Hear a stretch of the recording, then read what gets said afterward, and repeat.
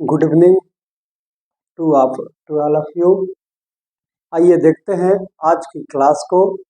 जो जीके में हम लोगों का क्लास था राष्ट्रपति के ऊपर, जो है दो वीडियो से बन चुका है, जिसमें राष्ट्रपति का निर्वाचन कैसे होता है, राष्ट्रपति के पद के बारे में, उसके चुनाव के बारे में, और उसकी जो है महाभियोग उसको कैसे है, पद से हटाने के बारे में, उसके पद की रिक्तता के बारे में, इन सब पे हम लोग चर्चा कर चुके हैं।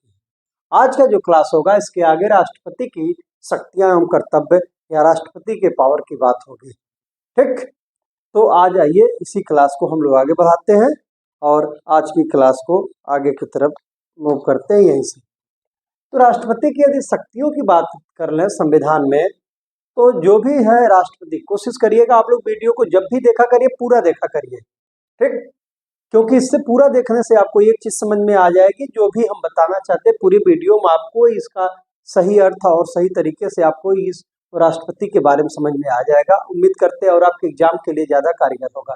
बीच में देखने से छोड़ने से उतना आपको समझ में नहीं आएगा पिछले क्लास में क्या हुआ था, इसमें क्या हुआ था, तो इस बात को आप ध्यान में रखेंगे। आइए बात करते हैं इसमें जो है कि राष्ट्रपति की शक्तियों के बारे में। तो शक्तियां की यदि बात कर लें तो इसको संविधान में कई प्रकार की शक्तियों का जो है जिक्र किया गया है। जैसे इसमें कई शक्तियां हैं। पहला जैसे शक्ति इसकी है कार्यपालिका शक्ति। कार्यपालिका शक्ति, कार्यपालिका शक्तियां, कार्यपालिका शक्तियां। दूसरी इसको जो पावर है कार्यपालिका के बाद विधायिका, विधायिका, विधायिका शक्तियां। तीसरी यदि बात कर लें विधायिका के बाद जो है न्यायिक शक्तियां, न्यायिक शक्तियां। चौथी बात कर लें इसकी वित्तीय शक्तियां, वित्तीय शक्तियां। पांचवी बात कर लें इसकी सैन्य शक्तियां, सैन्य शक्तियां। छठवें नंबर पे बात कर लें इसकी तो राजनयिक शक्तियां, राजनयिक शक्तियां। सातवां बात कर लें तो आपातकालीन शक्तियां, आपातकालीन शक्तियां आदि कर सकते हैं। और भी कुछ है, लेकिन मुख्य रूप से जो है इन शक्तियों की हम चर्चा करेंगे। इसकी जो है क्या है इनकी शक्तियों के बारे में, इसका जो भी है ज्यादातर आपके इन्हीं से ही क्वेश्चन बनते हैं इनमें। तो आज हम पहली में देखते हैं कार्यपालिका की शक्ति इसकी क्या है। पहले कार्यपालिका शक्ति फिर विधायिका शक्ति की चर्चा करेंगे। तो कार्यपालिका शक्तियों में यदि हम देख लें, ठीक, इसको हटाते हैं। आइए कार्यपालिका शक्तियों का यदि हम बात कर लें, कार्यपालिका शक्ति के रूप में जिसे हम एग्जीक्यूटिव पावर बोलते हैं, ये राष्ट्रपति का जो है ये कार्यपालिका शक्तियों में यदि बात कर लें, कार्यपालिका आपको पता ही है।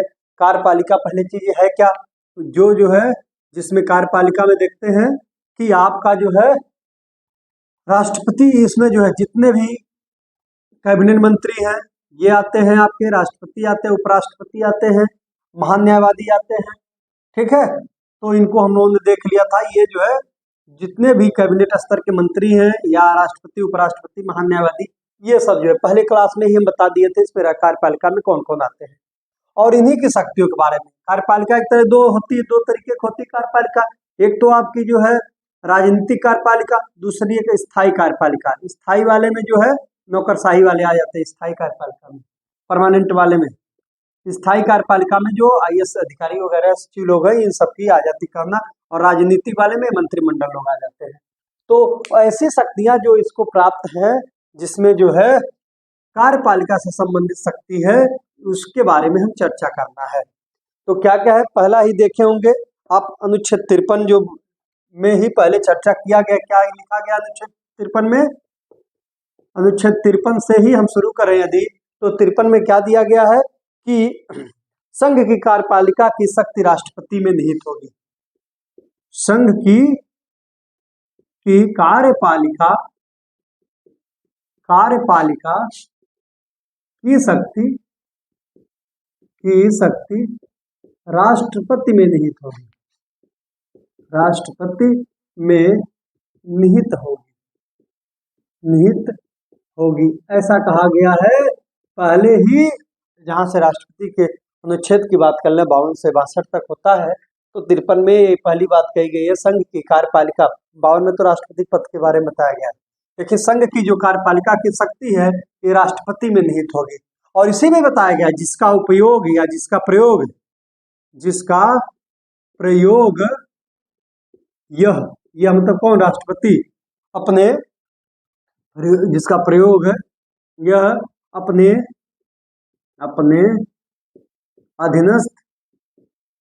अधीनस्थ पदाधिकारियों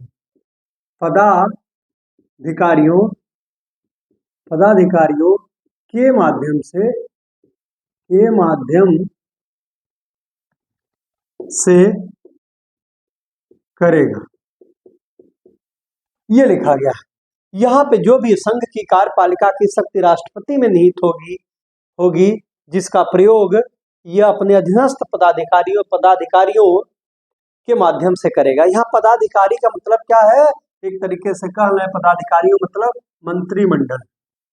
मंत्रिमंडल या मंत्रिपरिषद की बात कर लें, ठीक है, मंत्रिपरिषद की बात कर लें, मंत्रिपरिषद के माध्यम से, यानी पदाधिकारी मतलब मंत्रिपरिषद के माध्यम से करे। जो भी इसको पावर दिया गया है उस पावर का उपयोग कौन करते हैं, वास्तव में मंत्रिमंडल या मंत्रिपरिषद करती है, जिसका मुखिया आपका प्रधानमंत्री होते हैं। सारे पावर का इस्तेमाल प्रधानमंत्री करते हैं, बस राष्ट्रपति के नाम से करते हैं, ठीक।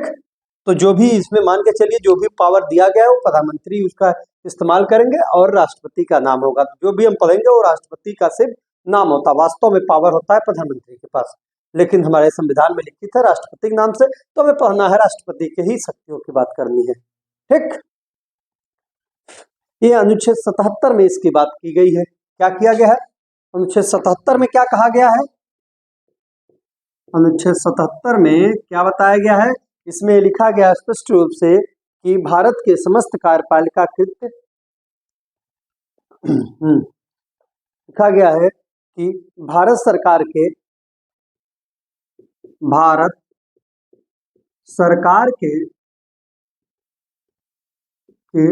समस्त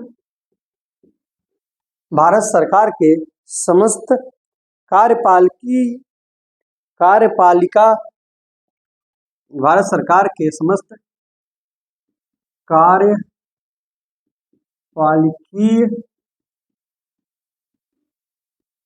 कृत जो भी अधिकार करेंगे कार्यपालिकीय कृत राष्ट्रपति के नाम से किए जाएंगे, राष्ट्रपति के नाम से किए जाएंगे।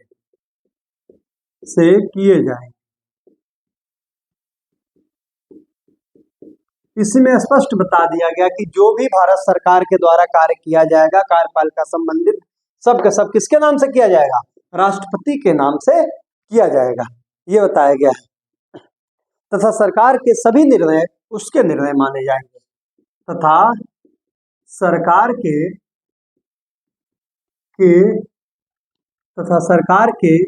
सभी निर्णय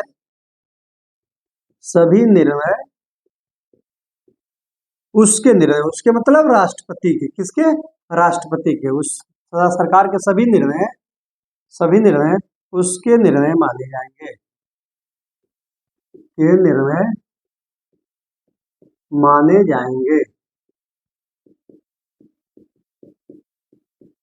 ठीक। इस बात को समझ गए होंगे। इसमें 77 में ये बताया गया कि भारत सरकार जो भी कार्य करेगी कार्यपालिका संबंधित सारे कार्य राष्ट्रपति के नाम से किए जाएंगे, या भारत सरकार के सभी जो भी निर्णय लिए जाएंगे वो सब राष्ट्रपति के निर्णय माने जाएंगे, ठीक। ये कहता अनुच्छेद 77 में। 78 में फिर इसी में क्या बताया गया है, अनुच्छेद 78 में क्या कहा गया है, 78 में ये कहा गया है कि प्रधानमंत्री का यह कर्तव्य होगा कि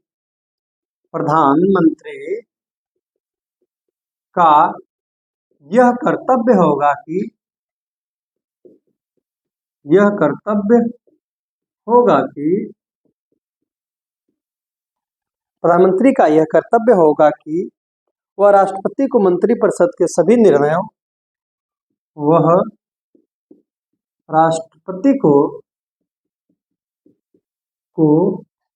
मंत्रिपरिषद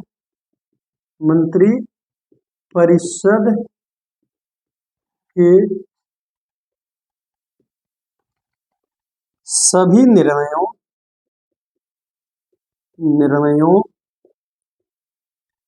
मंत्रिपरिषद के सभी निर्णयों और प्रशासन संबंधित उन सभी मामलों की और प्रशासन संबंधित उन सभी निर्णयों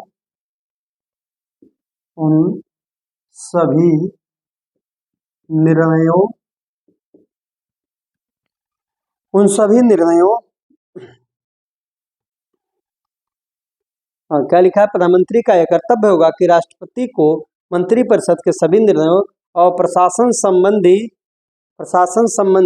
उन सभी मामलों की, हटा दें यहाँ पे, चली जाऊँ, प्रशासन संबंधित उन सभी मामलों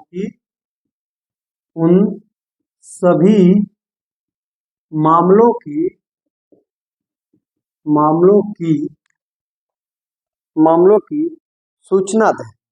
क्या करें? सूचना दें जिसके बारे में राष्ट्रपति द्वारा सूचना मांगी जाए, जिसके बारे में राष्ट्रपति द्वारा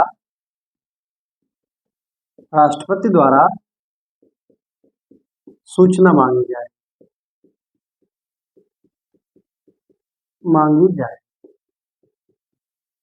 प्रधानमंत्री का यह कर्तव्य है कि जो भी सूचना मांगी जाए राष्ट्रपति से, कि चाहे वो मंत्रिपरिषद से संबंधित हो या प्रशासन से संबंधित हो, उन सब की सूचना जो है इनका काम है कि राष्ट्रपति को देंगे। ये कहा गया है अनुच्छेद 78 में। और इसी के बाद यदि देखा जाए कि अनुच्छेद 74(1) में क्या बताया गया है, आइए देखते हैं थोड़ा सा आगे। इसी के पहले क्यों प्रधानमंत्री साहब सूचना देंगे इसकी, तो इसकी चर्चा की गई है अनुच्छेद 74(1) में किया गया है। क्या कहा गया है? देखिए पहले इन बातों को भी थोड़ा सा, अनुच्छेद 74(1) क्या कहता है? अनुच्छेद 74(1) में इसको बताया गया है। क्या कहा गया? अनुच्छेद 74 में देखेंगे जहाँ मंत्रिपरिषद है उसी में ही एक चर्चा की गई है। क्या कही गई है? कि राष्ट्रपति अपनी कार्यपालिका शक्ति के प्रयोग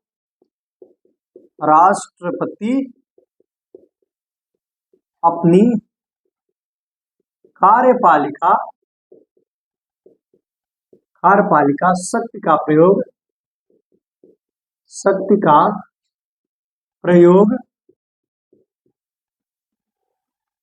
क्या कहा गया है?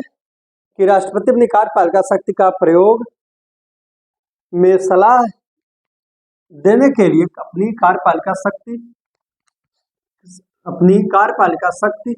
का प्रयोग करने में सलाह कार्यपालिका शक्ति का प्रयोग करने में सलाह देने के लिए या सलाह लेने के लिए सलाह देने के लिए एक मंत्रिपरिषद का गठन करता है। एक मंत्रिपरिषद का गठन करता है। और इस मंत्रिपरिषद का मुखिया कौन होगा? जिसका प्रमुख प्रधानमंत्री होता है। जिसका प्रमुख प्रधानमंत्री होता है। इन 3-4 अनुच्छेद इंपॉर्टेंट है, काफी जो पूछा जाता है एग्जाम में बार बार, कि ये पहले ही बता दिया गया जो भी कार्यपालिका शक्ति का प्रयोग करेगा राष्ट्रपति, उसको सलाह देने के लिए एक मंत्रिपरिषद का गठन किया जाएगा। और इस मंत्रिपरिषद का मुखिया या प्रमुख कौन होता है? प्रधानमंत्री। तो यानी कि सारे मंत्री उसको सलाह नहीं मिल के देंगे, इन सब का मुखिया प्रधानमंत्री ये राष्ट्रपति को सलाह देगा हर मामले। ठीक, तो ये बात पहले ही बता दी गई है। और इसके बाद अब देखते हैं इसकी शक्तियां है क्या क्या कार्यपालिका संबंधित, ठीक।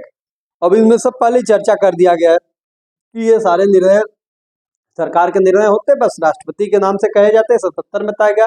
और प्रधानमंत्री का ये कर्तव्य है कि राष्ट्रपति को सूचना दे हर मामले संबंधित। और इसमें बताया गया 74 में कि कार्यपालिका शक्ति का प्रयोग करने या सलाह देने के लिए मंत्रिपरिषद का गठन करता है राष्ट्रपति, जिसका प्रमुख प्रधानमंत्री होता है, ठीक। आइए अब चलते हैं आगे, इसके क्या क्या कार्य हैं कार्यपालिका संबंधित कार्यों में। ये अनुच्छेद पूछे जाते एग्जाम में बार बार, इस वजह से हमने इस पर पहले चर्चा कर दिया। आइए अब कह रहा है पहला कार्य इसका क्या है। पहला काम का क्या करता है कि यह कार्यों में इसका सबसे नंबर 1 पहला कार्य है कि यह जो जितने भी मंत्री हैं, प्रधानमंत्री और उसके मंत्रिपरिषद, ये नियुक्ति बहुत सारे लोगों का करता है। नियुक्ति करने की, कार्यपालिका में नियुक्ति करने की जो इसकी पावर है, किसकी किसकी नियुक्ति करता है, तो पहला आप देख लें आप, प्रधानमंत्री व उसके मंत्रिपरिषद। इसका प्रधानमंत्री व उसकी मंत्रिपरिषद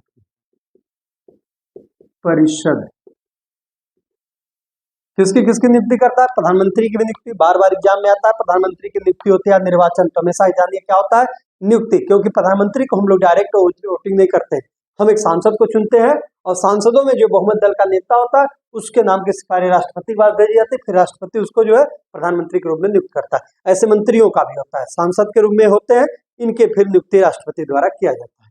तो इसकी नियुक्ति किसकी किसकी करता है, नियुक्ति किसकी किसकी करेगा, तो नियुक्ति जानिए ये जो है ये हमेशा जो है किसका करेगा, प्रधानमंत्री का और मंत्रिपरिषद का भी करेगा। और दूसरे नंबर पे और देख लिया जाए किसको करता है, बहुत सारे पद हैं, जो भी मुख्य पद है केंद्र सरकार के लेवल पे, उन सब का लगभग नियुक्ति करता है। दूसरे कर ले, भारत का महान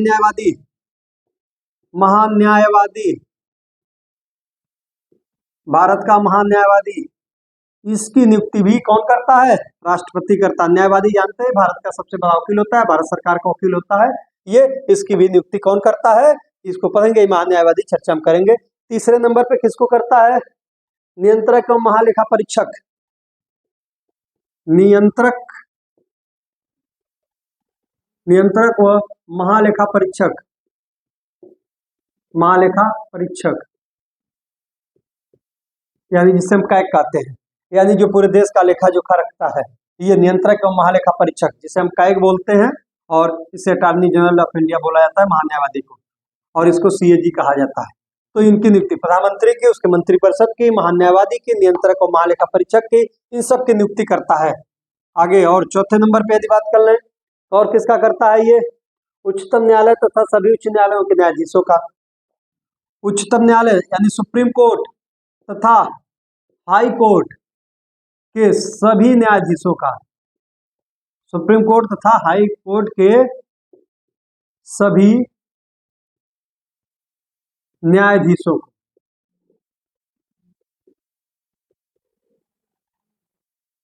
सभी न्यायाधीशों की नियुक्ति यही करता है। सुप्रीम कोर्ट के हो चाहे किसी भी उच्च न्यायालय के न्यायाधीश हो, उन सब की नियुक्ति कौन करता है, यही करता है। सुप्रीम कोर्ट या हाई कोर्ट के जितने भी न्यायाधीश हैं सबकी नियुक्ति कौन करता है, ये राष्ट्रपति करता है। अगला 5 नंबर पे किसका करता है, संघ लोक सेवा आयोग के अध्यक्ष और सदस्यों का, संघ लोक सेवा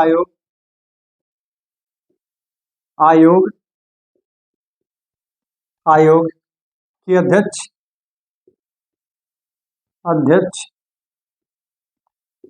एवं सदस्यों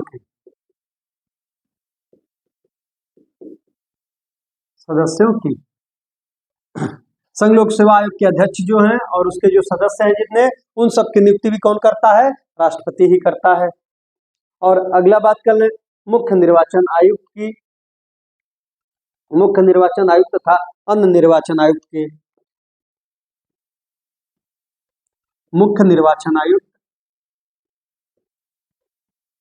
आयुक्त मुख्य निर्वाचन आयुक्त एवं अन्य निर्वाचन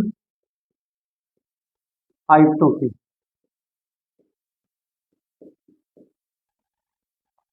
मुख्य निर्वाचन आयुक्त जो भारत के मुख्य निर्वाचन आयुक्त हैं एवं अन्य निर्वाचन आयुक्त भारत सरकार के मामले में भारत के मुख्य निर्वाचन आयुक्त एवं अन्य निर्वाचन आयुक्त, राज्य वाले मामले में नहीं, तो इनकी भी नियुक्ति यही करते हैं, राष्ट्रपति ही करता है। अल्पसंख्यक आयोग के अध्यक्ष एवं सदस्य की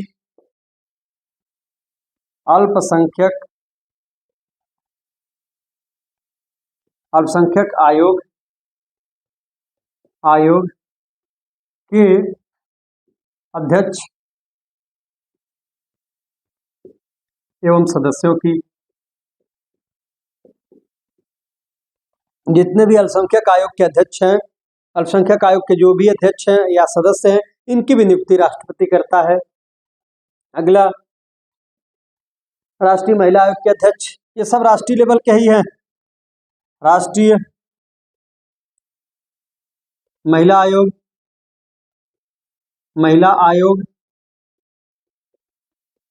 के अध्यक्ष एवं सदस्य के, राष्ट्रीय महिला आयोग के अध्यक्ष एवं सदस्यों की नियुक्ति, इनकी भी यही का काम करना। आगे की तरफ ऊपर देखना। और चलिए,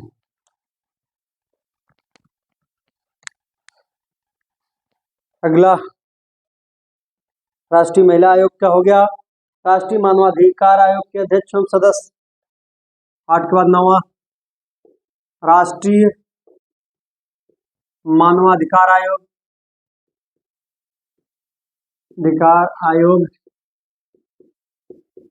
आयोग के अध्यक्ष एवं सदस्य का, राष्ट्रीय मानवाधिकार आयोग के अध्यक्ष और सदस्य की भी नियुक्ति इन्हीं के द्वारा की जाती है। अगले नंबर की देख लें, अनुसूचित जाति अनुसूचित जनजाति आयोग के अध्यक्ष और सदस्य, SC व ST, अनुसूचित जाति व अनुसूचित जनजाति के जनजाति आयोग के अध्यक्ष एवं सदस्य की,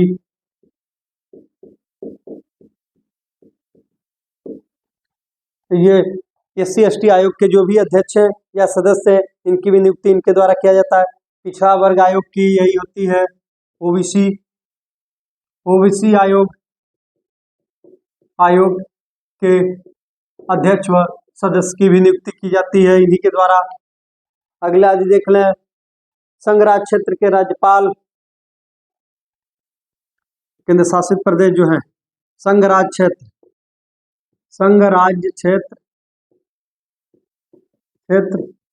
के राज्यपाल, प्रशासक, संघ राज्य क्षेत्र के राज्यपाल की बात कर लें, प्रशासक तथा मुख्यमंत्री, प्रशासक तथा मुख्यमंत्री की, सारे मुख्यमंत्री की बात नहीं कर रहा है, संघ राज्य क्षेत्र के यानी कि केंद्र शासित प्रदेश के जो राज्यपाल होते हैं, कई जगह कई प्रशासक बोलते हैं, कहीं जहां पे मुख्यमंत्री हैं, दो, ये मुख्यमंत्री कहाँ हैं, दिल्ली के और पुदुचेरी, इनकी भी नियुक्ति किसके द्वारा होगा, ये होगा राज्यपाल, इनका भी नियुक्ति राष्ट्रपति ही करेगा। इनका प्रशासक तथा राज्यपाल और प्रशासक और मुख्यमंत्री की नियुक्ति इनकी इन्हीं के द्वारा होगा। और अगला, सभी राज्यों के, सभी अब जो राज्य हैं, सभी राज्यों के राज्यपाल, किसकी नियुक्ति और करता है, सभी राज्यों के राज्यपालों की। अगला, वित्त आयोग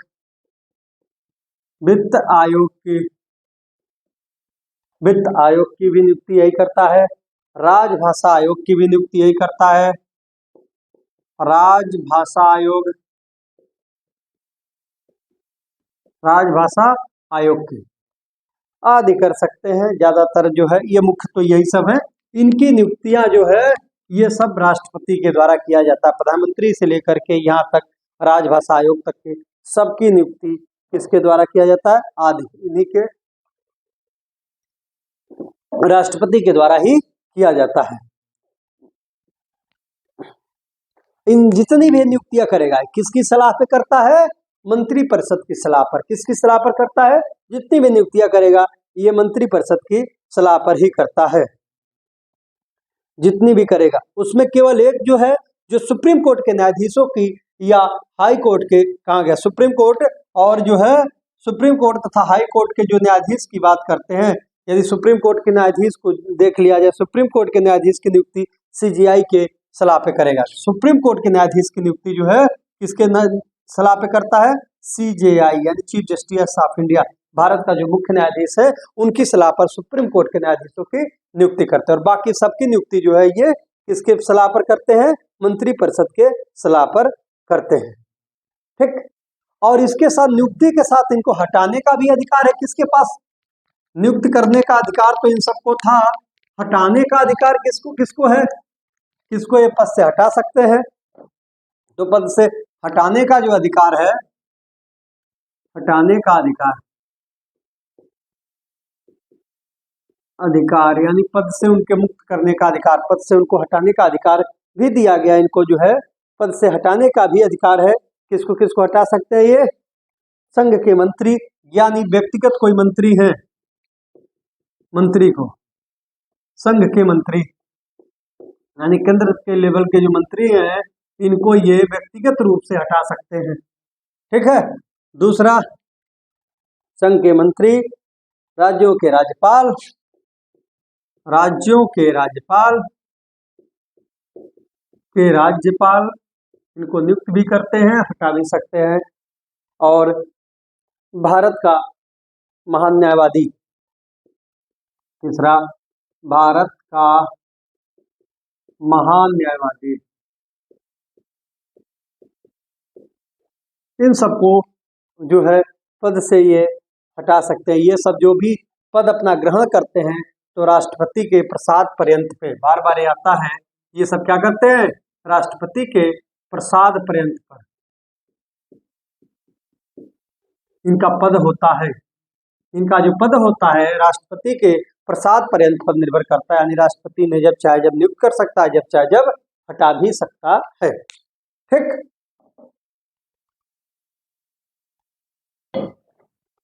आइए अगली पॉइंट पे चलते हैं कि और भी क्या इनकी अधिकार है और उनकी चर्चा करते हैं। क्या दिया जाए? कार्यपालिका शक्ति में ही और क्या इनका पावर है, भी क्या क्या है? राज्यपाल को हटाने की भी शक्ति है, तो राज्यपाल के कार्य क्षेत्र को बढ़ाने की भी इसकी शक्ति है। ये कहा गया, चर्चा किया गया है अनुच्छेद 160 में। अनुच्छेद 160 क्या कहता है? 160 में ये कहा गया है कि जो है आकस्मिक या असाधारण परिस्थितियों में, असाधारण परिस्थितियों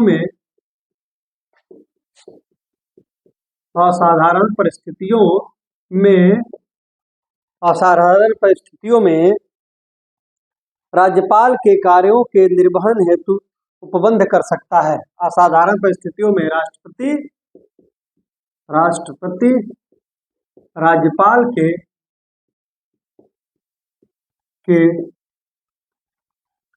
कार्यों में जो भी राज्यपाल के कार्य हैं या कृत्य है, कार्यों के निर्वहन में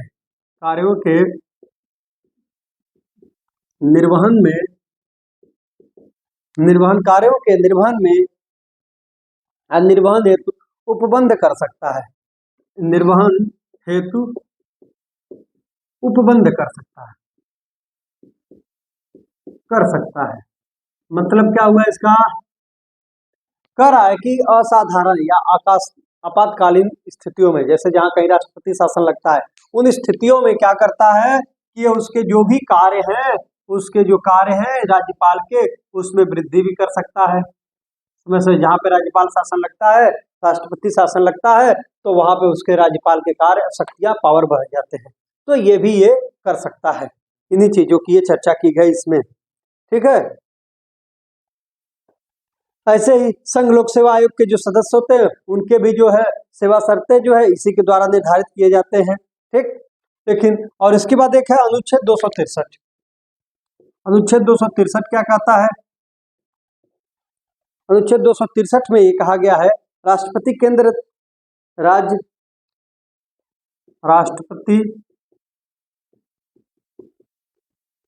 केंद्र राज्य राष्ट्रपति केंद्र राज्य तथा विभिन्न राज्यों के मध्य सहयोग के लिए अत्यधिक केंद्र या राज्य या विभिन्न राज्यों के मध्य सहयोग के लिए जो भी राष्ट्रपति क्या करता है कि विभिन्न राज्यों में सहयोग के लिए एक अंतर्राज्यीय परिषद का गठन कर सकता है। एक अंतर्राज्यीय परिषद का गठन कर सकता है। यानी कि राष्ट्रपति क्या कर सकता है? केंद्र राज्य के मध्य संबंध बनाने के लिए, राज्यों के मध्य संबंध को स्थापित करने के लिए एक अंतर्राज्यीय परिषद का गठन कर सकता है। ये बात किया गया है अनुच्छेद 263 में। तो इसे भी आपको याद रखना है, यहाँ से भी वह जो है क्वेश्चन पूछा जा सकता है। अगला क्या है? वह स्वयं अथवा नियुक्त प्रशासकों के माध्यम से केंद्र शासित राज्यों का प्रशासन संभालता है। ये भी जानिए, केंद्र शासित जो राज्य हैं, अगले पॉइंट में केंद्र शासित राज्यों का जो है राज्यों का प्रशासन, केंद्र शासित राज्य जितने भी हैं, कितने हैं इस समय वर्तमान में? 8 हैं। तो इन 8 का जो है कहा जाए, जहाँ मुख्यमंत्री है वो भी देखते हैं साथ में, लेकिन केंद्र शासित राज्यों में जो प्रशासन का कार्य जिम्मेदारी होता है किसका होता है? राष्ट्रपति का होता है। किसका होता है? राष्ट्रपति का होता है। और राष्ट्रपति क्या करता है? या तो स्वयं या तो प्रशासक नियुक्त करके जो है प्रशासक नियुक्त करके वहां पर जो है प्रशासक नियुक्त करके जो है वहां का जो है कार्यभार देखता है, प्रशासकों के माध्यम से कार्यभार देखता है। ठीक, अगला क्या कर सकता है? आगे और भी इसकी क्या क्या पावर है इसमें देखिए, किसी भी केंद्र शासित प्रदेश का प्रशासक जो है नियुक्त करके वहां का कार्य देखता है। अगला इसमें जो है किसी भी क्षेत्र को जो है किसी भी क्षेत्र को अनुसूचित जाति या अनुसूचित जनजाति क्षेत्र घोषित कर सकता है। किसी भी क्षेत्र को, अगला कार्य इसका है किसी भी क्षेत्र को एससी या एसटी क्षेत्र घोषित कर सकता है, इसको कर सकता है। किसी भी क्षेत्र को ये एससी या एसटी घोषित कर सकता है, ये भी इसके हाथ में पावर है। किसी भी क्षेत्र को ये अनुसूचित जाति अथवा अनुसूचित जनजाति क्षेत्र घोषित कर सकता है। और ये देख ही चुके हैं, एससी एसटी या ओबीसी के लिए आयोग भी यही बना सकता है, ये भी हो गया है। और क्या करता है ये? और करता है क्या है कि वित्त आयोग जो भी थे अभी देखा गया है, वित्त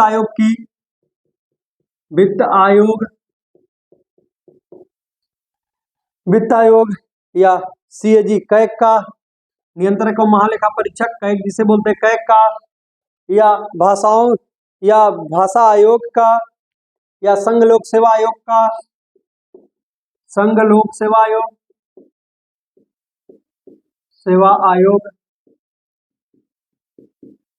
सेवा आयोग एवं चुनाव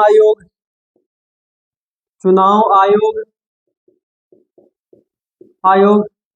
एवं भाषा आयोग जो बने हैं, इन सबके जो रिपोर्ट जो हैं, इनके जो कार्रवाई के रिपोर्ट हैं, ये संसद के समक्ष प्रस्तुत करता है। ये जिनके जो भी रिपोर्ट हैं, इनके जो रिपोर्ट हैं, ये रिपोर्ट जो है संसद में रखवाने का काम करता है, यही संसद में यह प्रस्तुत करता है। रिपोर्ट को संसद में रखवाने का कार्य यही करता है राष्ट्रपति। ठीक, ये वित्त आयोग का या कैग के देखते रिपोर्ट को जो है, सीएजी के रिपोर्ट को, या संघ लोक सेवा आयोग के, चुनाव आयोग के, या भाषाई जो आयोग है, इन सबके जो भी इन सबके रिपोर्ट को ये प्रस्तुत करता है। कहाँ पर? संसद में इस रिपोर्ट को रखवाने का कार्य करता है। देख लिए, ये जितने भी कार्य हैं सारे कार्य जो है ये कार्यपालिका के अंतर्गत आते हैं, और ये सब कार्य जो है राष्ट्रपति अपने अधीनस्थ जो मंत्रिमंडल है, मंत्रिपरिषद है, उसके माध्यम से ये करता है। तो ये जो भी है ये इसके कार्यपालिका शक्तियां थी। अगला, चलिए अगली बात करते हैं इसकी विधायिका शक्तियां। दूसरा जो है इसका क्या है? विधायिका शक्ति, और ये काफी इंपॉर्टेंट है यहाँ से, विधायी शक्तियां। दूसरी इसकी शक्ति है राष्ट्रपति की विधायी शक्तियां। विधायी शक्तियां,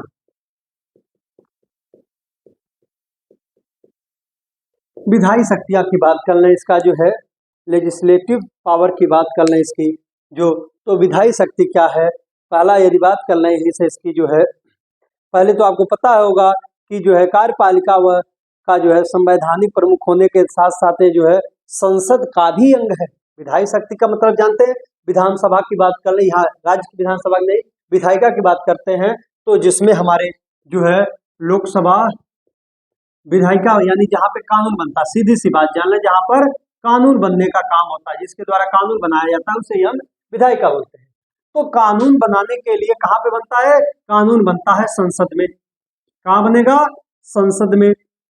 और संसद किससे मिलकर बना है? संसद के कितने अंग है? 3 है। एक आपका लोकसभा, दूसरी राज्यसभा, और तीसरा राष्ट्रपति। राष्ट्रपति संसद के इन दोनों सदनों में से किसी का सदस्य नहीं होता है, ये जानिए, लेकिन संसद का अंग होता है। ये स्पष्ट है, इसको जानते रहिएगा, ये क्वेश्चन भी आता है। तो इस वजह से ये संसद का अंग होता है, इसलिए इसे जो है विधायी शक्तियां भी प्रदान की गई है। राष्ट्रपति को विधायी शक्तियां जो है इन तीनों से मिलकर के संसद का निर्माण होता है। लोकसभा, राज्यसभा व आपकी जो है राष्ट्रपति, इन तीनों से मिलकर के ये संसद बना है। और इसकी चर्चा कहाँ की गई है संसद की? 79 अनुच्छेद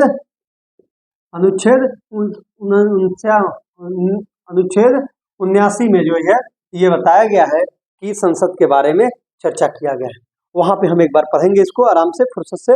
आइए यहाँ पे बात करते हैं कि अब संसद संबंधी यानी विधायिका संबंधित इसके कार्य जहाँ पे कानून बनता है, लोकसभा राज्यसभा में जो है कानून जहाँ बनता है वहां पर इसके पास क्या क्या पावर है।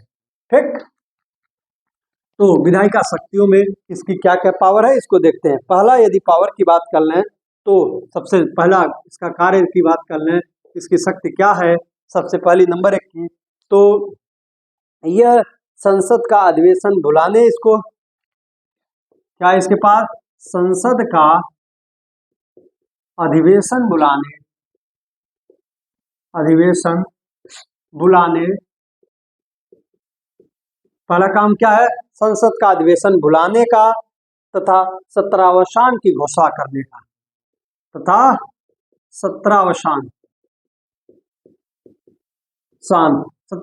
की घोषणा करने का। इसके बाद क्या है? संसद का अधिवेशन बुलाना और संसद का अधिवेशन बुलाने की और तथा सत्रावसान की घोषणा करने का इसे अधिकार है।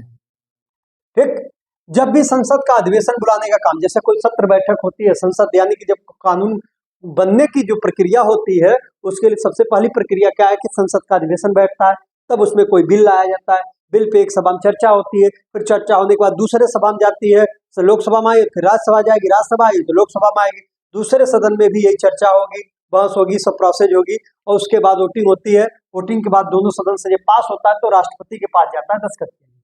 तो इस प्रोसेस में जो अधिवेशन बुलाया जाता है, तो अधिवेशन बुलाने का इसको अधिकार है, और सत्रावसान यानी कि सत्र की समाप्त करने के लिए वो भी इसी के पास अधिकार है, इसको जो है अधिवेशन का जो है सत्र समाप्त करने के लिए। लेकिन जब भी यह जो है अधिवेशन बुलाता है तो आपको पता होगा कि लगभग वास्तव में ऐसे जनरली एक साल में 3 तरह के अधिवेशन आपको देखने को मिलते हैं। एक तो शीतकालीन मानसून सत्र का होता है, ग्रीष्मकालीन होता है यानी कि ठंडक वाली कहला सीधे, या गर्मी का और बरसात का, इन्हीं के ऊपर डिपेंड है शीतकालीन मानसून सत्र या शीतकालीन सत्र या जो है ग्रीष्मकालीन सत्र की बात करते हैं।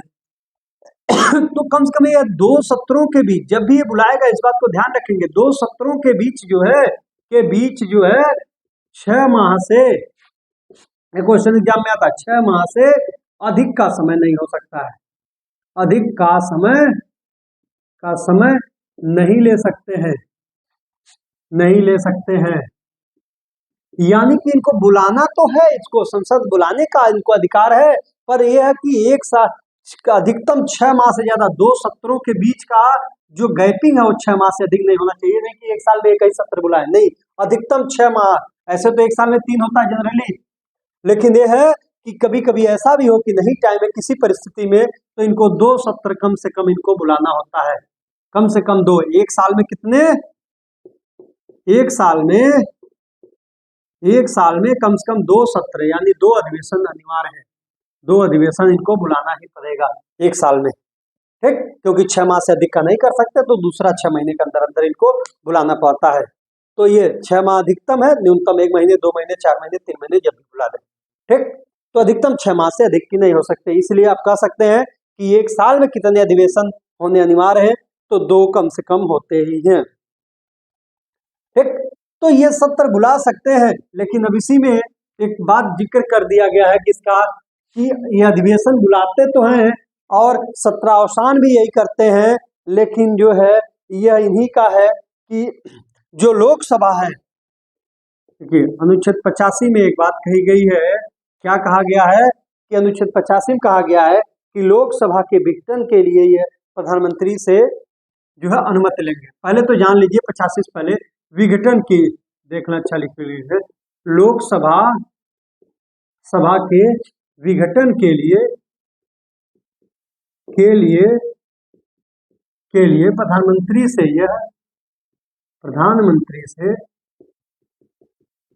से सलाह लेंगे, यानी बिना प्रधानमंत्री के सलाह के लोकसभा को ये भंग नहीं कर सकते। इसका मतलब क्या है? ये राष्ट्रपति को ये पावर है कि ये लोकसभा को भंग भी कर सकते हैं, लोकसभा को भंग कर सकता है, यानी समय से पहले ही लोकसभा को भी विघटित कर सकते हैं, ये लोकसभा को भंग कर सकते हैं लोग जो है समय से पूर्व, जैसे 5 साल की लोकसभा है उसके पहले भी 5 साल से पहले भी ये भंग कर सकते हैं, ये इनके पास पावर है। किन परिस्थितियों में होती है, ये जब सरकार की बात करेंगे कैसे पाते हैं वहां पे कैसे बनती है उसकी चर्चा करेंगे वहां पे। ये बस इतना जानिए, यहाँ पे लोकसभा को ये भंग कर सकते हैं समय से पहले, 5 साल है, 5 साल से पहले भी, जब सरकार कोई भी बहुमत में नहीं है तो उसके पहले भी इन्हें भंग करना पड़ेगा, तो भंग कर सकते हैं, लेकिन जब भी भंग करेंगे तो प्रधानमंत्री से परामर्श जरूर लेंगे, ये बात कही गई है अनुच्छेद 85 में। लोकसभा भंग हो सकती है, बताइए क्या राज्यसभा भी भंग हो सकती है? क्या राज्यसभा भी भंग हो सकती है? हो सकती है, तो आंसर क्या होगा? नहीं, राज्यसभा भंग नहीं हो सकती है, कभी भी भंग नहीं हो सकती है, क्योंकि ये राज्यसभा क्या है? राज्यसभा एक स्थायी सदन है, इसको क्या कहा जाता है? स्थायी सदन, परमानेंट हाउस से बोला जाता है स्थायी सदन। लोकसभा भंग होती है, हर 5 साल बाद लोकसभा भंग होगी, ये जो चल रही है अभी देखिएगा आचार संहिता, चुनाव आने वाला है अप्रैल मई में, जो भी मार्च अप्रैल में, तो जैसे चुनाव होने से पहले जब आचार संहिता लगती है तो ये लोकसभा भंग हो जाएगी, फिर इसका जो सरकार में आएंगे जीत करके फिर एक नई लोकसभा का गठन होगा, लेकिन राज्यसभा कभी भंग नहीं होती है, यह परमानेंट है। इसके बस 1/3 जो सदस्य हैं हर 2 साल पर जो है यह बदलते रहते हैं, इनके 2 साल पे इनकी रिटायरी होती रहेगी, नए आते रहेंगे। ऐसे राज्यसभा का कार्यकाल तो 6 वर्ष का होता है, लोकसभा का तो 5 ही वर्ष होगा, लेकिन ये जो है राज्यसभा का कार्यकाल जो है 6 वर्ष का होता है, और हर 1/3 सदस्य यानी 1/3 सदस्य जो है हर 2 साल पर ये बदलते रहेंगे। ये परमानेंट इसलिए चलता रहता है ये नियम, और ये चलता रहता है इनका, ये जो है स्थान परिवर्तन का कार्य होता रहता है, इस वजह से कभी भंग नहीं होते हैं। ठीक, तो राज्यसभा स्थायी में सदस्य, ये जो है स्थायी बॉडी है, इसको नहीं भंग होती है। तो लोकसभा का भंग ये समय से पूर्व भी कर सकते हैं राष्ट्रपति की, प्रधानमंत्री की अनुमति के बाद। ठीक, और राज्यसभा कभी भी भंग नहीं होती, इसको आप याद रखेंगे। अब जैसे ही अगला क्या काम है इनका, जैसे ही कोई लोकसभा, नई लोकसभा बनती है तो उसको जो है उसके सत्र बुलाने की भी जिम्मेदारी इन्हीं की होती है। पहली लोकसभा का, पहली ये भी याद रखिए, लोकसभा के प्रत्येक आम चुनाव के पश्चात इनका अगला क्या है, लोकसभा का जो प्रत्येक आम चुनाव है, प्रत्येक आम चुनाव के बाद, आम चुनाव के बाद कौन सा, लोकसभा का, लोकसभा के प्रत्येक आम चुनाव के बाद जो पहला सत्र होता है, प्रत्येक आम चुनाव के बाद प्रथम सत्र के आरंभ में, प्रथम सत्र के आरंभ में, यानी जो प्रथम सत्र का जब आरंभ होगा, पहला सत्र का आरंभ होगा, तो इन्हीं को ही, तभी इनकी ही जिम्मेदारी है बुलाने की, तथा प्रत्येक वर्ष के प्रथम सत्र के आरंभ में, तथा प्रत्येक वर्ष के प्रथम सत्र के आरंभ में यह संसद के दोनों सदनों की संयुक्त बैठक को संबोधित करते हैं। ये संसद के संयुक्त सत्र को संबोधित करते हैं।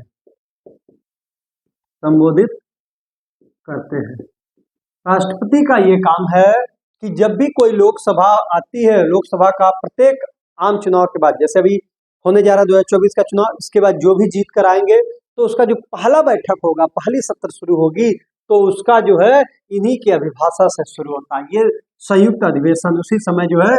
और प्रत्येक वर्ष का जो प्रथम सत्र शुरू होता है हर साल का, जैसे अभी 2024 का जो पहला सत्र का बैठक होता है, तो उसके भी आरंभ में ये क्या करते हैं कि संयुक्त सत्र को संबोधित करते हैं, यानी इन दोनों को जो है वहां पे ज्वाइंट सेशन को बुला करके इसको जो है एक प्रकार से कहिए तो उसको संबोधित करते हैं। और इस संबोधन में क्या करते हैं वो, इसमें जो है सरकार के जो है नीति या भावी कार्यक्रमों का चर्चा करते हैं। इसमें करते क्या है, सरकार के भावी नीतियों या कार्यों की चर्चा करते हैं,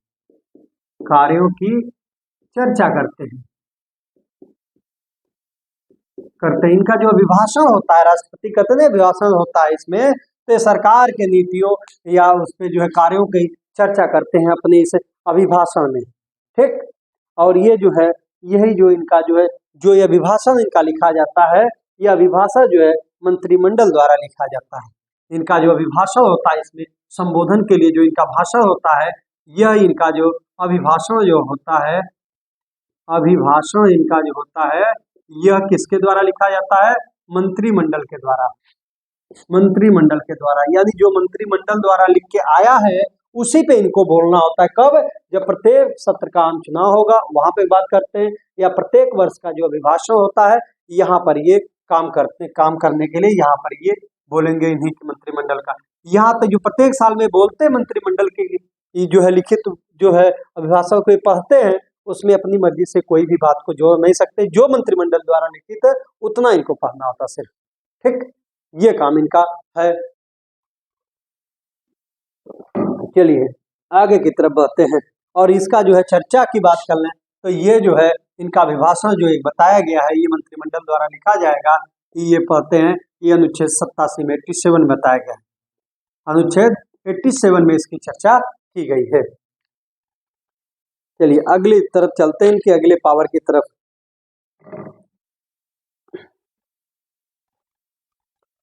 हटा दें, चलिए आगे की बात कर लें, इनका अगला क्या कार्य है। अगला इनकी कार्य पे देख लें तो अनुच्छेद 86 में भी कुछ कहा गया है इनके बारे में। क्या कहा गया है? 86 ये कहता है कि किसी भी मुद्दे पर संसद के सदन को लंबित विधेयक के मामले में उस पर संदेश भेजने का इनको अधिकार है। संसद में कोई भी विधेयक है, ठीक है, तो उस पर संदेश भेजने पे, संसद में कोई भी लंबित विधेयक है, लंबित विधेयक है, विधेयक के मामले में संदेश भेजने का अधिकार, इनके पास क्या है? संदेश भेजने का अधिकार है। यानी कि संदेश भेज सकते, कोई भी विधेयक है जो संसद में पड़ा है, लोकसभा राज्यसभा में, तो वहां पे ये संसद अपना संदेश भेज सकते, पूछ सकते क्यों है, क्या है, कुछ भी हो। या इसके अलावा भी कोई भी अन्य प्रकार का संदेश है, कोई भी संदेश है जरूरी विधेयक से ही जुड़ा हो, कोई भी संदेश भी भेज सकते हैं, कोई भी संदेश ये भेज सकते हैं राष्ट्रपति संसद में, ठीक है। कोई अन्य संदेश भी है उसको भेज सकते हैं, यही बताया गया है 86 अनुच्छेद 86 में बताया गया है। अगला और सबसे इंपॉर्टेंट अनुच्छेद है 108। क्या कहा गया 108 में? चलिए,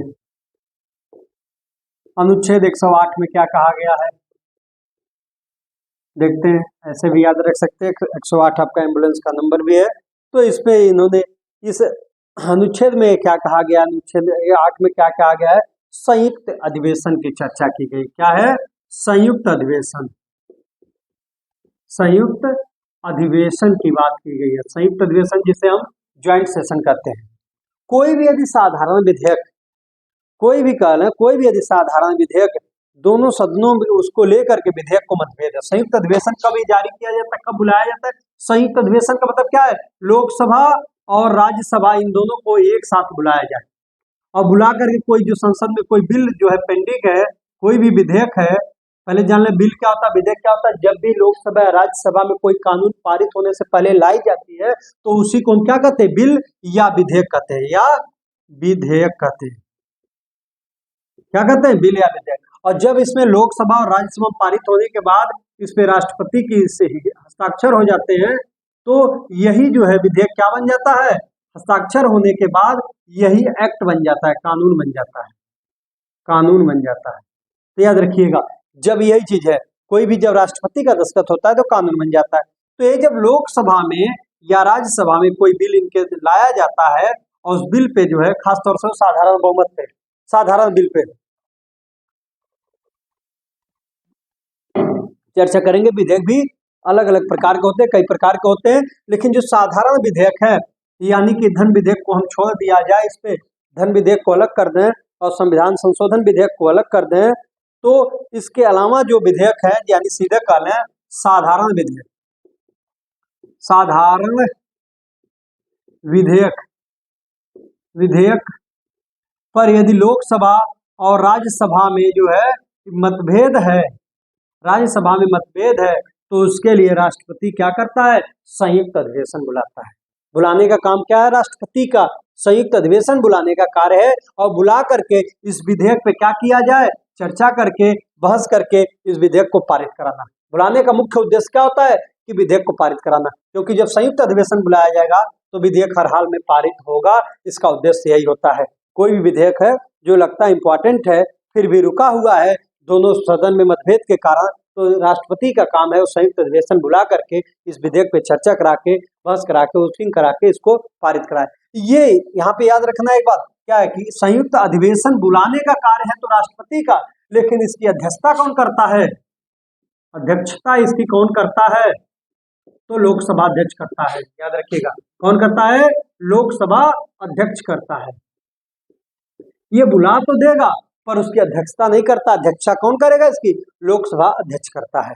ये क्वेश्चन बार बार एग्जाम में आया है। संयुक्त अधिवेशन बुलाता कौन है? तो ये जो है राष्ट्रपति बुलाता है, उसकी अध्यक्षता कौन करता है? लोकसभा अध्यक्ष करता है। चलिए आगे बात करते हैं। अगला इनका क्या है? अगली इनकी पॉइंट जो है, अगला काम है इनका जो है मनोनीत करने की, इनकी जो पावर दी गई है मनोनयन का। यदि कि नॉमिनेट करने का इनका जो पावर दिया गया है। अनुच्छेद 80(3) में लिखा गया है, क्या लिखा गया है? अनुच्छेद 80(3) में ये बात कही गई है, क्या कही गई है कि जो है राष्ट्रपति राज्यसभा में राज्यसभा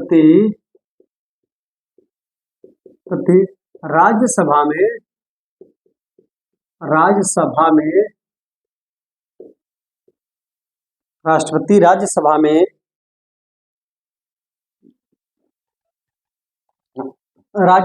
4 क्षेत्रों की बात कर रहे हैं। राज्यसभा में 4 क्षेत्रों से 12 सदस्यों का नामांकन करते हैं।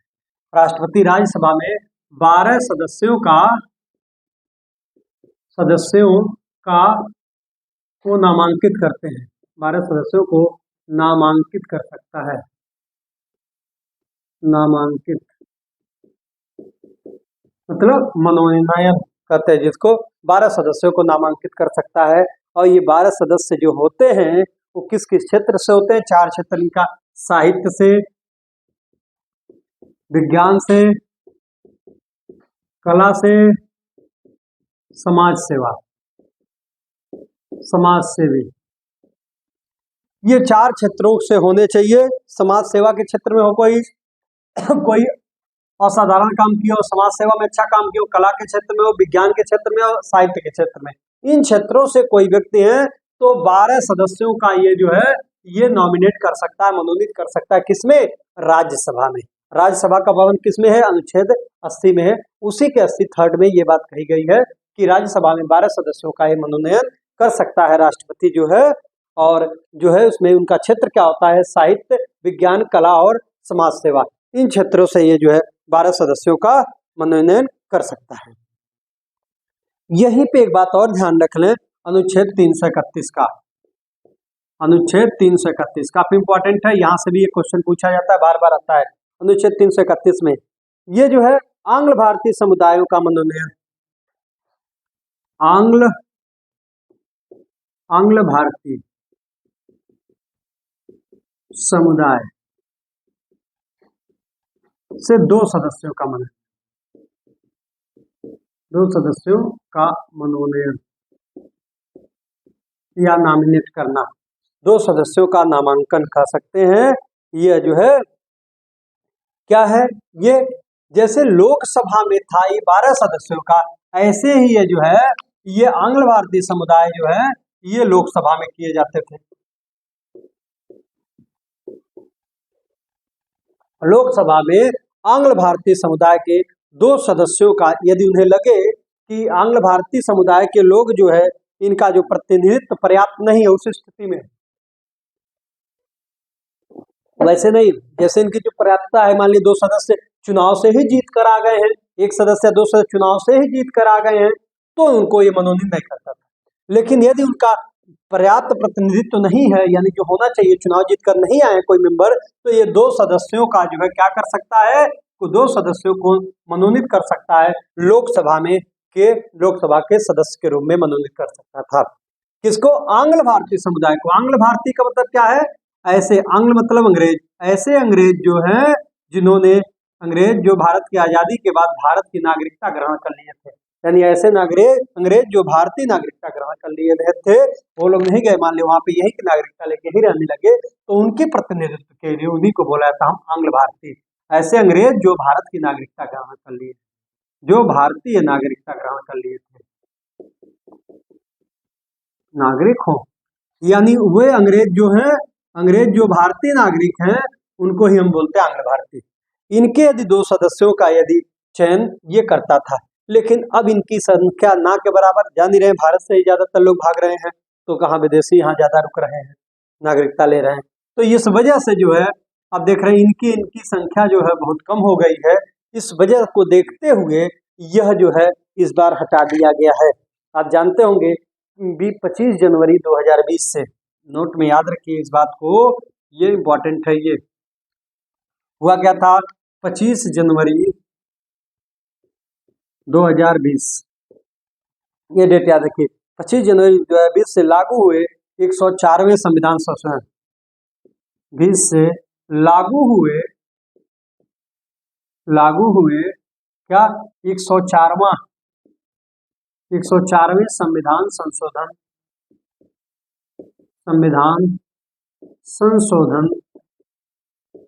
संविधान में संशोधन करके इसको हटा दिया गया है। 104वें संविधान संशोधन अधिनियम 2019, 104वें संविधान संशोधन अधिनियम 2019 के द्वारा इसे हटा दिया गया है। क्या किया गया है? हटा दिया गया। यानी कि इसके लिए कौन सा संविधान संशोधन हुआ? आंग्ल भारतीय समुदाय को जो 2 मनोनीत होते थे इनको हटा दिया गया है। किसके द्वारा? 104वां संविधान संशोधन के द्वारा। 104वां संविधान संशोधन कब हुआ था? 2019 में। और ये लागू कब से हुआ? तो 25 जनवरी 2020 से। ठीक है, दो बात तैयार रखना है। इनको हटाने के लिए कौन सा संविधान संशोधन लाया गया? 104वां संविधान संशोधन। कब लाया गया? 2019 में लाया गया। और लागू कब से हुआ? ये 2020 से। कि अब इसमें 2 लाया गया। जैसे राज्य से यहाँ पे लोकसभा में 2 सदस्यों को लाया जाता था, और जो राज्य विधानसभा है, राज्यों में राज्य विधानसभा है, यहाँ पर जो है 1 सदस्य लाए जाते थे। जैसे यूपी में 1 सदस्य जो है, 1 आंग्ल भारतीय सदस्य का चयन किया जाता था, मनोनीत किया जाता था। तो इसको भी हटा दिया गया और इसको भी हटा दिया गया।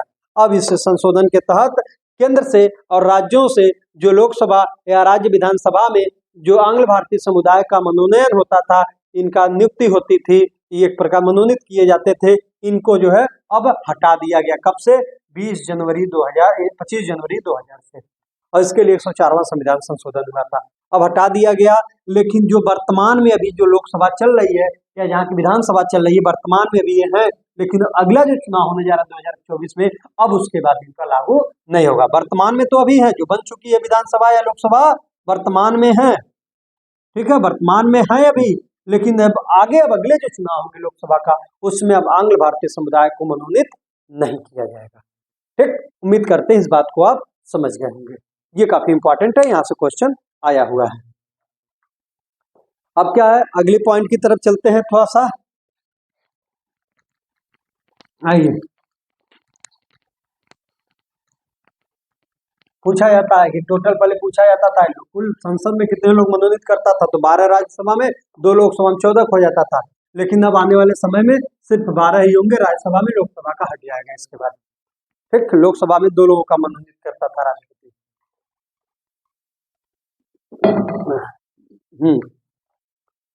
अब अगला इसका कार्य का देख लें, जो है कि जब भी कोई जो है कोई भी कानून बनता है, जब भी कोई भी कानून बनता है, इसी में विधायी शक्ति में जब भी कानून बनता है, कैसे बनता है? कानून बनाने के लिए जो है राष्ट्रपति का हस्ताक्षर होना अनिवार्य होता है। कोई भी विधेयक जो है, कोई भी बिल जो है राष्ट्रपति के अनुमति के पश्चात ही कानून का रूप लेता है, बनता है। तो जब कोई भी विधेयक राष्ट्रपति के पास जाता है सिग्नेचर के लिए, तो उसके पास 3 ऑप्शन होते हैं, वो क्या कर सकता है। इसकी चर्चा की गई है अनुच्छेद 111 में। अनुच्छेद 111 में कहा गया क्या? जब भी राष्ट्रपति के पास कोई भी विधेयक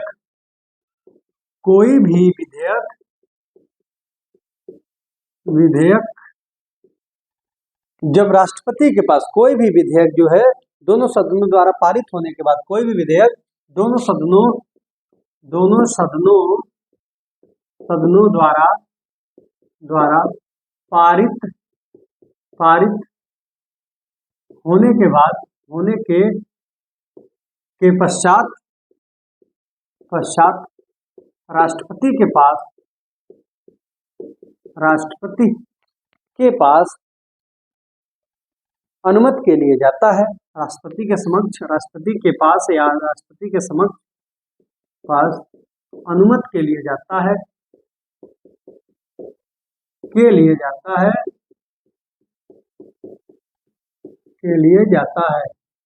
तो राष्ट्रपति के पास क्या क्या ऑप्शन होते हैं? इस पे ये 3 तरीके के प्रावधान इनको किया गया है कि यह क्या कर सकते हैं। पहला प्रावधान है कि यह चाहे तो जो है क्या करें, विधेयक को अपनी अनुमति दे दें, यानी कि विधेयक को तुरंत पास कर दें। पहला इनके पास पावर क्या है? अनुमति दे दें, दूसरा अनुमति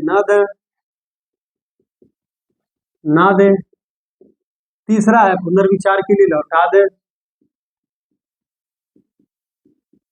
पुनर्विचार के लिए लौटा दे। ठीक, इनके पास 3 तरह के प्रावधान है। या तो कोई राष्ट्रपति के पास गया विधेयक, लोकसभा से पास हो गया, राज्यसभा से भी पास हो गया, पास होने के बाद राष्ट्रपति के पास हस्ताक्षर के लिए गया इनकी अनुमति के लिए, तो पहला तो प्रावधान है तुरंत अनुमति कर दें यानी हस्ताक्षर कर दें। दूसरा आगे हस्ताक्षर न कर इसे जो है अनुमति ना दें। तीसरा आगे पुनर्विचार के लिए लौटा दें। तो यदि ये पुनर्विचार के लिए लौटाए, यहाँ पे अनुमति ना देने के कंडीशन वीटो पावर है। वीटो की चर्चा करेंगे अगली क्लास में कि वीटो क्या है। वीटो के माध्यम से रोक भी सकते हैं, वो बताएंगे क्यों रोक सकते हैं, कैसे। पुनर्विचार की कंडीशन में क्या है कि पुनर्विचार के लिए भेज दिए, मान लीजिए कोई भी आया विधेयक और पारित करने के बजाय जो है अपनी अनुमति के लिए इन्होंने कुछ नहीं किया, रोक दिया या पुनर्विचार के लिए भेज दिए, तो फिर मान लीजिए पुनर्विचार के पास भेजने के बाद वापस भेज दिए संसद में, और फिर से संसद क्या होती, फिर से यदि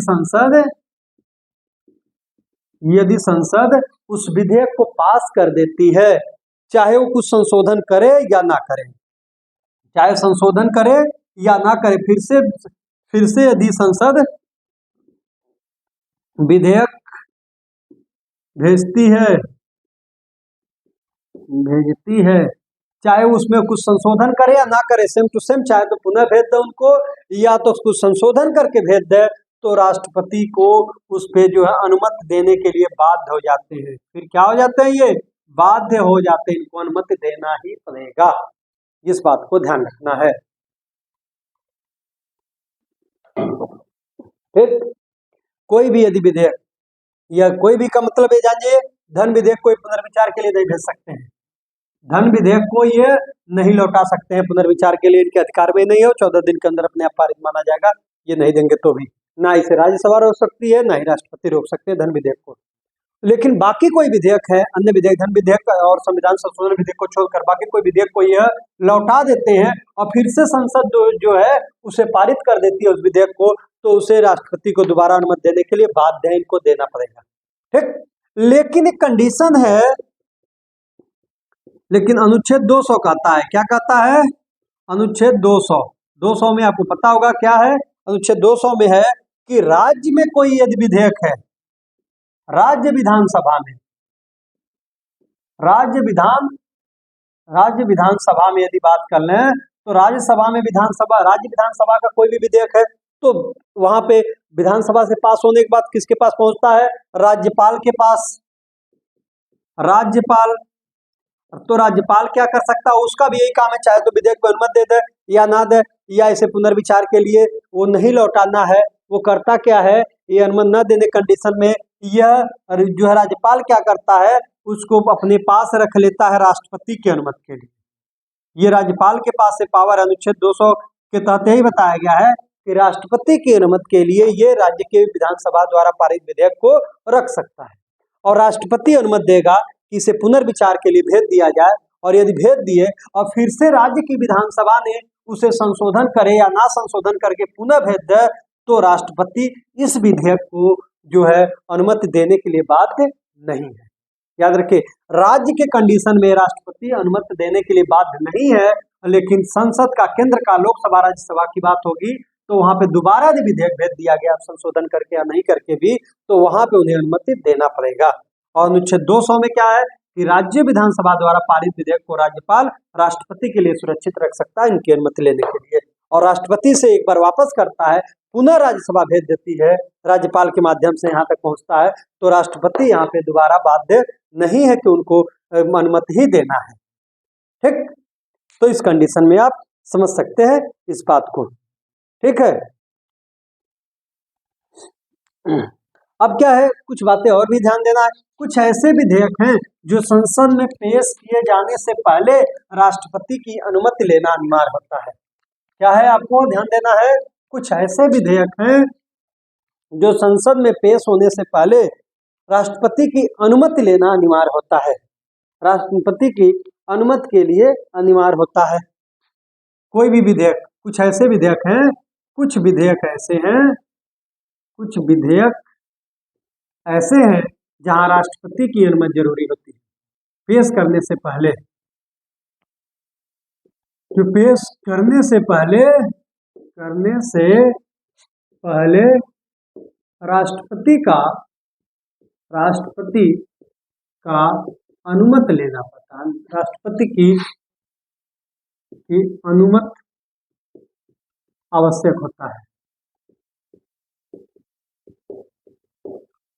ठीक, इस बात को समझ रहे होंगे। कुछ ऐसे विधेयक हैं जिसको पेश करने यानी लोकसभा राज्यसभा में पेश किया जाए उससे पहले राष्ट्रपति की अनुमति लेनी होती है। लेकिन बाय द वे अनुमति नहीं भी लिया गया है तो इसे सुप्रीम कोर्ट जो में चैलेंज नहीं किया जा सकता है, यानी सुप्रीम कोर्ट पे इस पर निर्णय नहीं हो सकता है। चैलेंज नहीं कर सकते हैं कि नहीं हम सुप्रीम कोर्ट में इसको चैलेंज करेंगे क्यों राष्ट्रपति से अनुमति नहीं लिया गया, ऐसा नहीं कर सकते हैं। ना ही सुप्रीम कोर्ट इस पर कोई डिसीजन दे सकता है। हाँ, ये प्रावधान है कि इनको पेश करने के लिए राष्ट्रपति की अनुमति ली जाए। यदि गलती नहीं भी ली गई है तो आप इसके लिए आप चैलेंज नहीं कर सकते सुप्रीम कोर्ट में, यह स्पष्ट बता दिया गया है। ठीक, अब कौन कौन से वो विधेयक हैं? पहला नंबर धन विधेयक। धन विधेयक बताइए, धन विधेयक किसमें है? अनुच्छेद 110 में बताया गया धन विधेयक के बारे में। ठीक है, यहाँ से अनुच्छेद ये सब पूछ लेता है इंपॉर्टेंट, जो बीच बीच में अनुच्छेद बता रहे हैं ये सब इंपॉर्टेंट है अनुच्छेद, इसको आप याद रखिएगा। किसी नए राज्य का निर्माण या वर्तमान राज्य क्षेत्र सीमा में नाम में परिवर्तन करना। ठीक है, नए राज्य का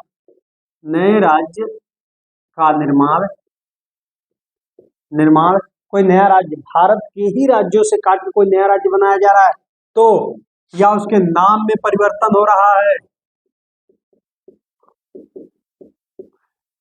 जैसे कोई राज्य है उसका नाम बदल दिया जाता है, कुछ चीजें जैसे पांडिचेरी था पुदुचेरी कर दिया गया, केंद्र शासित राज्य था। अन्य राज्यों का नाम जैसे तेलंगाना बना, नया राज्य बना, तो ऐसे नए राज्यों का निर्माण, उसकी सीमा में परिवर्तन, नाम में बदलाव, सीमा में उसके बदलाव किया जाए, सीमा में परिवर्तन, उसका सीमा क्षेत्र अलग निर्धारित कुछ किया जाता है, ऐसे के लिए कोई विधेयक लाया जाएगा तो भी जो है राष्ट्रपति की अनुमति लेनी होगी। और इसकी चर्चा किसमें है? अनुच्छेद 3 में। ये नए राज्यों का निर्माण किसमें है? अनुच्छेद 3 में। नाम में परिवर्तन या सीमा में बदलाव, जैसे तेलंगाना बना भी, तो इन सब का जो है 2014 बना था, जो है 2 जून 2014 को। तो ये सब जो है आपको इसके लिए भी क्या होगा, हमें राष्ट्रपति की अनुमति लेनी होती है। ऐसे विधेयक जब संसद में लाए जाएंगे उसके लिए भी राष्ट्रपति की अनुमति लेना अनिवार्य है। अगला क्या है? तीसरा जो है, जब संचित निधि से व्यय किया जाए, संचित, भारत की जो संचित निधि है, भारत की संचित निधि से व्यय के लिए संचित निधि से व्यय करने के लिए यदि कोई बिल लाते हैं खर्चा करने के लिए, कुछ से संबंधित कोई व्यय आता है, कोई बिल आता है तो उसको भी क्या करते हैं हम, उसकी भी के लिए भी राष्ट्रपति से अनुमति लेना होता है। और ये संचित निधि के बारे में आपको अनुच्छेद 117 में बताया गया, इसके व्यय के बारे में अनुच्छेद 117 में किया गया है। हाँ, परंतु धन विधेयक होगा तो धन विधेयक के लिए नई स्वीकृति लेनी होती है, इस बात को याद रखना है। धन विधेयक के कंडीशन में नहीं होता है। धन विधेयक सरकार लानी चाहती है, धन विधेयक के लिए ऐसा नहीं है कि अनुमति लिया जाए। ठीक, अगली बात कर लें, अगले पॉइंट की, और किसके लिए? भूमि अधिग्रहण से संबंधित विधेयक। चौथा की बात कर लें, भूमि अधिग्रहण, भूमि अधिग्रहण से संबंधित विधेयक,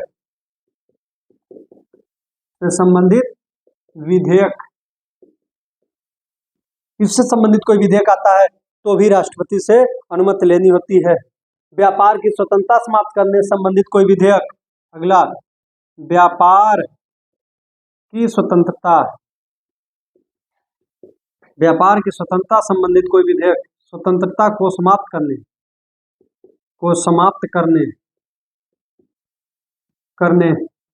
संबंधित कोई विधेयक, कोई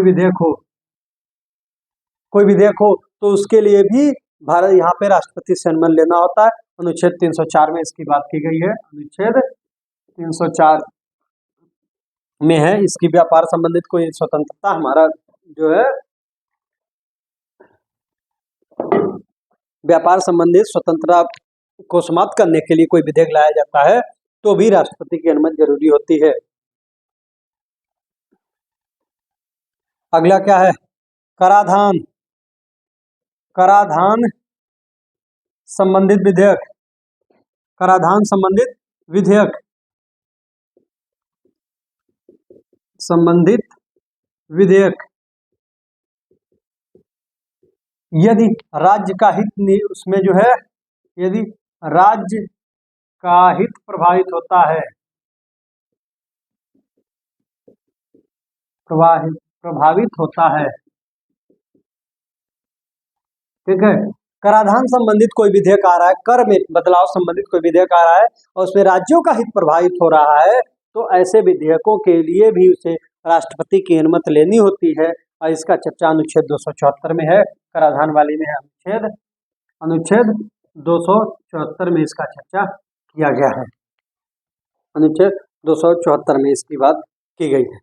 ठीक, इन बातों को आप समझ गए होंगे कि ऐसे कोई विधेयक है, धन विधेयक हो, नए राज्यों के निर्माण संबंधी, नाम परिवर्तन या सीमा परिवर्तन कोई भी विधेयक हो, संचित निधि से व्यय का कोई विधेयक हो, भूमि अधिग्रहण संबंधित कोई विधेयक हो, व्यापार की स्वतंत्रता को समाप्त करने संबंधित कोई विधेयक हो, कराधान संबंधित कोई विधेयक हो जिसमें राज्यों का हित प्रभावित हो रहा है, तो इन सब विधेयक को लाने से पहले राष्ट्रपति को क्या करना होगा? ये संसद का जो है, आप राष्ट्रपति से, संसद को यदि लाती है ये बिल तो राष्ट्रपति की अनुमति लेनी होती है। ठीक, आइए अब आते हैं। हाँ, लेकिन अनुमति नहीं भी लिया गया है तो ये नहीं कि इसे सुप्रीम कोर्ट में चैलेंज किया जा सकता है, ऐसी बात नहीं है। हाँ, लेकिन लेना पड़ता है, ऐसा कहा गया है। अगला जो इम्पोर्टेंट और सबसे इम्पोर्टेंट विधेयक की बात कर लें, यदि इसका क्या है आपका अनुच्छेद 123, सबसे इम्पोर्टेंट की बात कर लें थोड़ा सा, अनुच्छेद 123, अनुच्छेद 123, इसकी यदि बात कर लें, क्या है? अध्यादेश जारी करने की शक्ति। ये राष्ट्रपति की शक्ति है, अध्यादेश जारी करने की शक्ति, अध्यादेश जारी करने की शक्ति, करने की शक्ति।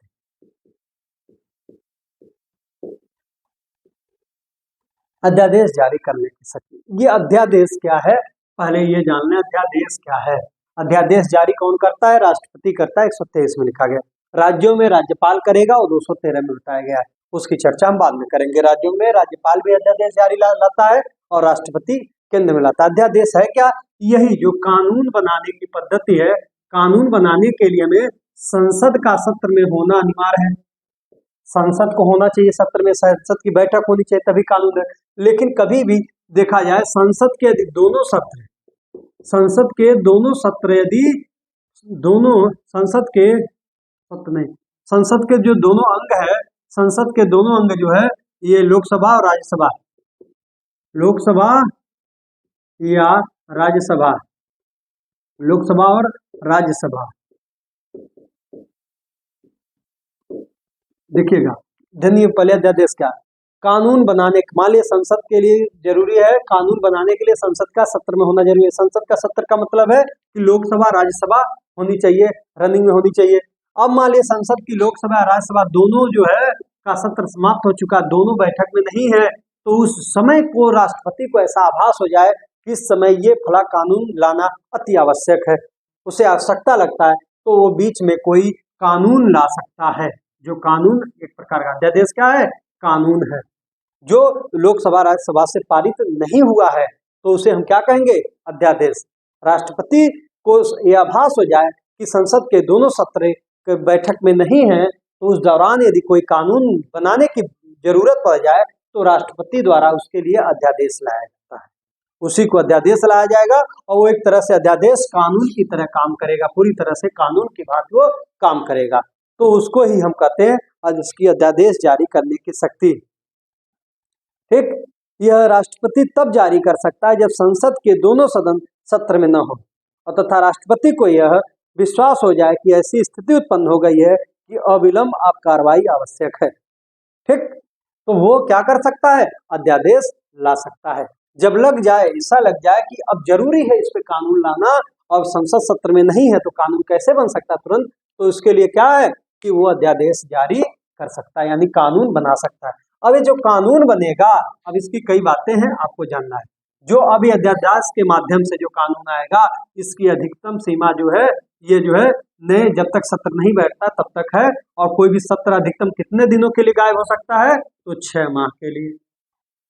अधिकतम कितने सत्र के लिए गायब हो सकता है, 6 माह के लिए, क्योंकि हर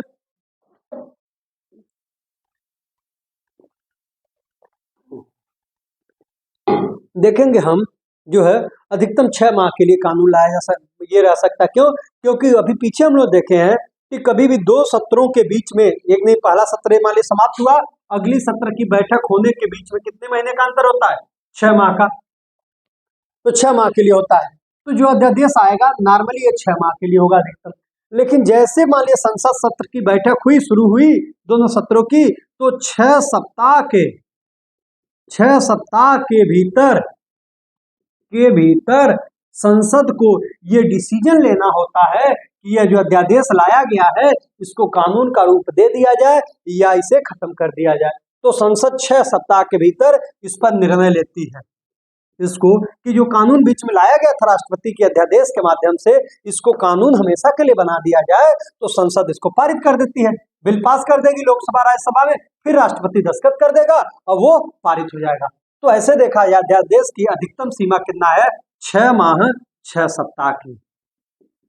ये तब तक रह सकता है, यदि इनके बीच में कोई 6 माह 6 सप्ताह के बीच में निर्णय नहीं लिया गया तो वह यह अध्यादेश स्वतः ही समाप्त हो जाएगा। क्या होगा?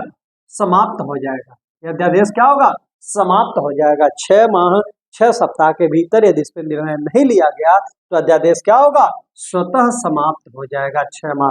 तो अधिकतम सीमा क्या होती है? यदि आपके ऑप्शन में एग्जाम में 6 माह 6 सप्ताह है तो इसको आप ये सही करेंगे, नहीं है तो आप 6 माह ही दिया होगा अधिकतम सीमा, तो 6 माह को आपको करना होगा। एग्जाम में कई बार क्वेश्चन आया हुआ है। जैसे ही संसद की बैठक हुई तो 6 सप्ताह के भीतर उस पर निर्णय लेना होता है कि इसको कानून बनाया जाए या आप खत्म कर दिया जाए, ये होता है। हाँ, इसके अलावा भी क्या होता है कि राष्ट्रपति जब चाहे तब इसे अध्यादेश वापस भी ले सकता है। राष्ट्रपति वापस ले सकता है, ये भी जानिएगा। राष्ट्रपति जब चाहे तब वापस ले सकता है इस अपने अध्यादेश को, किसी भी समय वापस ले सकता है राष्ट्रपति। और ये कब लाया जाता है ये तो आपको पता हो गया, जब दोनों संसद के दोनों अंग जो है, ये लोकसभा और राज्यसभा, ये दोनों जो है कार्रवाई में ना हो। कोई एक, मान लीजिए एक अंग कोई राज्यसभा कार्रवाई में है, लोकसभा नहीं है, तो भी क्या ये कानून बना के लाया जाएगा या अध्यादेश जारी किया जा सकता है? जारी किया जा सकता है। प्रावधान है कि दोनों सदन जो है, दोनों सदन कार्रवाई में ना हो, दोनों सदन कार्यरत ना हो या कार्यवाही में ना हो, यानी संसद की दोनों की बैठक नहीं हो रही है, तो भी अध्यादेश लाया जा सकता है। एक सदन बैठक भी है, एक सत्र में है, तो भी इसे जो है अध्यादेश के ही माध्यम से लाएंगे, क्योंकि बिल बनाने के लिए हमें दोनों की बैठक की जरूरत है। तो कोई एक सदन, ये भी एग्जाम में आता, कोई एक सदन मान लीजिए राज्यसभा कार्रवाई की चल रही है, तो क्या उस दौरान भी अध्यादेश ला सकता है राष्ट्रपति? तो हाँ, ला सकता है, क्योंकि एक सदन से बिल पास करके आप कानून नहीं बना सकते। ठीक, तो उसे हमें अध्यादेश के ही माध्यम से लाते हैं। तो ये जान गए होंगे, कोई भी जो है दोनों सदन को पारित कराना होता है तो अध्यादेश कब लाया जाता है? जब दोनों सदन बैठक में नहीं हो। एक सदन हो तब भी लाया जाएगा, दोनों सदन बैठक में नहीं है तो हम उस समय अध्यादेश जारी के माध्यम से कानून बनाने के कानून लेकर आते हैं। जो ये कानून उसी तरह से काम करता है जो वास्तव में कानून बनते लोकसभा राज्यसभा के माध्यम से, उसी तरीके से ये भी काम करता है। लेकिन यदि 6 सप्ताह और 6 माह के अंदर 6 माह के अंदर यदि इस पर कोई निर्णय नहीं लिया गया तो यह स्वतः ही अध्यादेश समाप्त हो जाएगा इसका। इसीलिए जैसे यह राष्ट्र बैठक शुरू होती है उस पर निर्णय होता है, वोटिंग होती है कि अध्यादेश क्या हो गया। पहला चीज जानिए। दूसरी बात आपको क्या रखना, जो अध्यादेश है यह जो है राष्ट्रपति द्वारा लाया जाता है ये तो जानिए राष्ट्रपति द्वारा अध्यादेश लाया जाता है, यह न्यायालय में वाद्य योग्य है। क्या है? अध्यादेश को न्यायालय में जो है न्यायालय योग्य है, सीधे कहते हैं, यानी कि इसे सुप्रीम कोर्ट में चैलेंज किया जा सकता है। अध्यादेश लाया गया कभी, जानिए सब अध्यादेश सरकार ही लाती है राष्ट्रपति के माध्यम से। ठीक, तो न्यायालय में इसे देखते हैं। जैसे जम्मू कश्मीर का मैटर था जो 370 हटाया गया, उसको न्यायालय में चैलेंज भी किया गया है। तो ये देखें, न्यायालय में अध्यादेश क्या है, न्यायालय में बाध्य योग्य भी है। इस बात को भी आपको याद रखना है। ठीक, अब इसके बाद में देखते हैं कि जो है न्यायालय में ये बाध्य योग्य है, और क्या एक ही विधेयक पे एक से अधिक बार लाया जा सकता है, तो एक ही विधेयक पे जो है आप एक से अधिक बार भी लाया जा सकता है। अब तक पोटा जो एक्ट आया था, पोटा कानून जो था, इस पर 2 बार जो है अध्यादेश जारी किया गया था, 2 बार। तो एक ही मुद्दे पर एक से अधिक बार भी अध्यादेश जारी किया जा सकता है, ऐसा हो चुका है। ठीक है, तो इस बारे में आप लोग जान गए होंगे कि अध्यादेश क्या है। वही है अध्यादेश, एक प्रकार का कानून होता है। जब संसद सत्र में नहीं होता है तो राष्ट्रपति के माध्यम से जो कानून लाया जाता है उसी को अध्यादेश कहते हैं। ठीक, अध्यादेश कब लाया जा सकता है, जब संसद के एक सदन न हो कार्रवाई में या दोनों नहीं हो कार्रवाई में, तभी अध्यादेश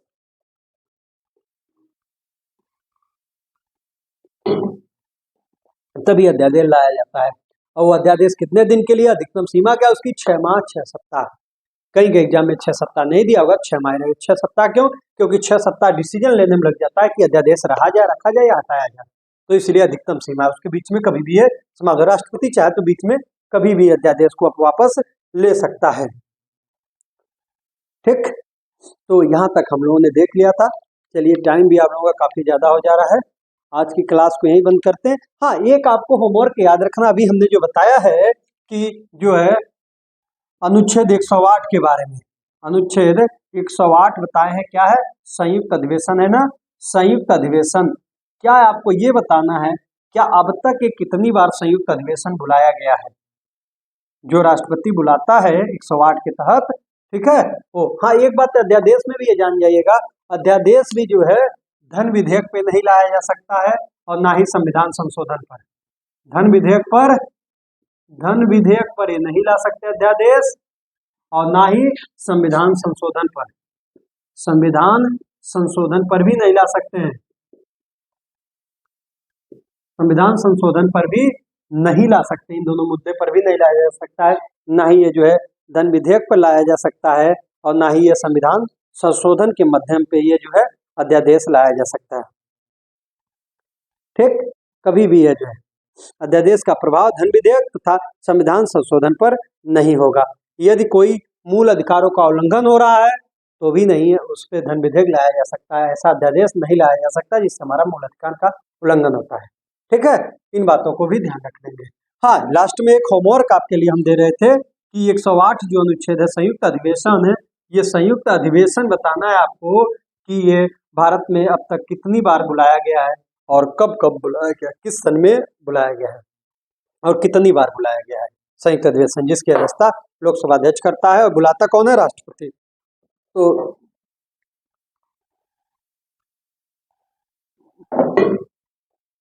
तो आज की क्लास यहीं पे रखेंगे। ये आपको कमेंट करके इसका जवाब दीजिएगा, कितनी बार बुलाया गया, कम से कम ये तो जरूर दीजिएगा, और किस किस सन में बुलाया गया था।